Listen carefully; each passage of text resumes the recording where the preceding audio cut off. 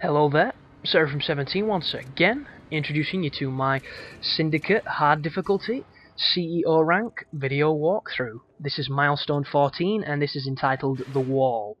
And after that mission we just did, this level's going to seem real fucking easy, because you've got your abilities once again and you're going to be able to just shit stomp some people. You don't have the suicide or the persuade, but you have backfire, you have darts overlay, and yeah, the people you're going to be taking on here are going to be abusing these EMP mines that they lay around, but they're not that damaging. They'll just take your shield, that's all they really do. And here's an opportunity to get some more upgrade power, so feel free to do so. And if something pops up, I'm going to talk about it to tell you what you really want to do, but I'm going to talk about some YouTube stuff for this, so if you're not interested in the politics of YouTube, this might not be the best conversation for you. Because I want to talk about the ethics of YouTube, I really do.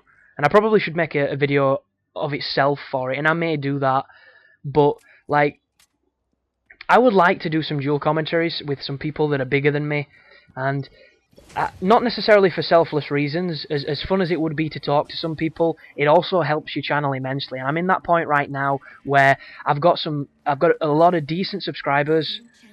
I don't mean to say decent. I've got some awesome subscribers. I've got a decent number of them. That's what I meant to say. And I don't really know what the next move is to increase my fan base, because I'm putting the work in, I'm putting the effort in. Sure, it's limited at this moment in time because of my schooling, but that aside, I'm definitely, you know, putting forward a good effort, I do believe, to the best of my ability. So I just need to focus now on networking and you know, branching out into territories where I can get more views and I can get more people to my channel to get more traffic and, you know, build the empire that I want to build. They're the mines, by the way. They're very easy to spot, and you can spam them to help you get successful breaches, and this will help the CEO rank. It will also injure the dudes that we're fighting, because it stops them from being cloaked. But all you need to know is these next few rooms, dudes are going to be invisible, you can see them in your darts mode, shoot them in the face, win. It's that simple. But there's a couple of people I'd like to talk to just to ask them questions, because they fascinate me. And one of them is Syndicate, because we're playing Syndicate, and I wonder how many subscribers he's going to get by people searching for this game and then getting his channel. Because if you put S in YouTube's search bar, you get his channel, because it's fucking massive. And I'd love to do a dual commentary with him, and it's not because he's English, it's not because I think he does awesome content, even though there's nothing wrong with the stuff he does, it gets him fans. It's just not to, you know, not to my liking. The main reason I'd like to talk to him is so I could ask him how the fuck he's done what he's done. It's like, that guy is like a digital Jesus. He really is. As far as YouTube is concerned, he's a genius. The guy started his channel at the same time pretty much I did. He has nearly 1 million subscribers. It's like, what the fuck, man? Is it like that episode of South Park where everybody's on cough medicine and it only makes sense if you're high on cough medicine as well? I don't understand it. And this is not disrespect to him. I have the most respect for him. He's an awesome YouTuber, he really is. He's just not, you know, to my flavour, because everybody has their different tastes. It's just how it is. But when I said YouTube ethics, what I meant was, what is right and what is wrong as a viewer? How do you feel about that? How do you perceive actions on YouTube when you see the directors doing it? And a good example is bumping. Bumping, if you don't know, is when you fake upload a video and you cancel it, just so that it makes your video come back to the top of the stack on the subscriber list when people look to see the most recent added videos. And I fucking hate that, I've got to say. I really do. It seems like such a pointless, underhanded tactic. It really does. And I actually unsubscribed to somebody big this week because they're doing it a lot.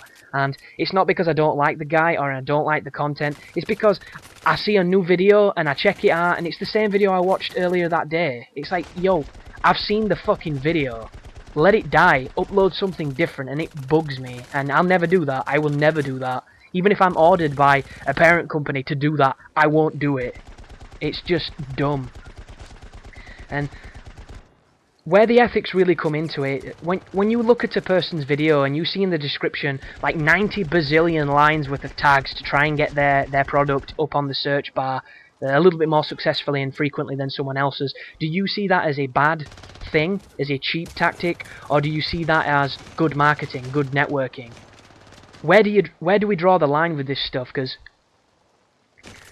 people talk about in the Call of Duty community that when they're on YouTube, they have kind of these self-imposed restrictions, like they can't use the best guns, they can't use the bad perks, they have to abide by these rules or the subscribers get angry. But on a grander scale, on a YouTube scale, how does that affect people? Because I see it run rampant, people's approach to YouTube, because I've almost got a naive approach to it. I kind of like to think if I do the best content I physically can, people will eventually find it. And I know in my heart of hearts that this is not the case, because it's a business. And everything that is a business can be exploited, and everybody that wants to have a successful business is doing everything they can to exploit it. It is dog eat dog. It is the bigger companies eating the small fry because they do things faster, they do things better, they do things more ruthless. And I can be that person, believe me. I have nothing about, I've got no restrictions when it comes to being that guy. I just don't want to. I want to earn it, and that's what I feel like. I feel like if I do some of these things, that I'm not earning it. And one thing that gets me big is the friend spam thing, where somebody will just get 90 million friends in the hope that that person checks their channel out. And this directly translates to messages and sent videos and sent comments where somebody will go to your channel and they'll be like, you've got really cool stuff, I've got cool stuff too, check it out. I mean, some people aren't quite as smooth. You'll get the intelligent people that use this marketing technique where they'll come to your channel, they'll say something generic and arbitrary about your content that's a compliment, but the only real motivation behind it is for you to respond and see their channel, and they'll hopefully pick up a subscriber. Now, is this underhanded? Is this bad? Is this something we should all aspire to do? Is this something you would like to see me do? It's like, I don't understand. Look at that guy just fucking owning me then up close. That's pretty funny. I would recommend on this section you use the flamethrower because it does some wicked damage and it's got some pretty good range. You do move slow, so just make sure you adapt your playstyle accordingly and you shouldn't have too much of an issue. But because I receive a lot of those messages where people ask me for advice, and I can always tell if it's genuine or if they're just trying to get views, or if they're just trying to get a prospectus, subscriber, because it's how they phrase things. What people need to understand when it comes to the internet, because there is no context or tone on the messages that you send, you have to characterize what you say to convey the emotions that you want people to receive. If you don't do that, things can seem very clinical, they can seem very mechanical. And especially when you come onto a guy's channel and you say something ridiculous like, you have really good content in your videos.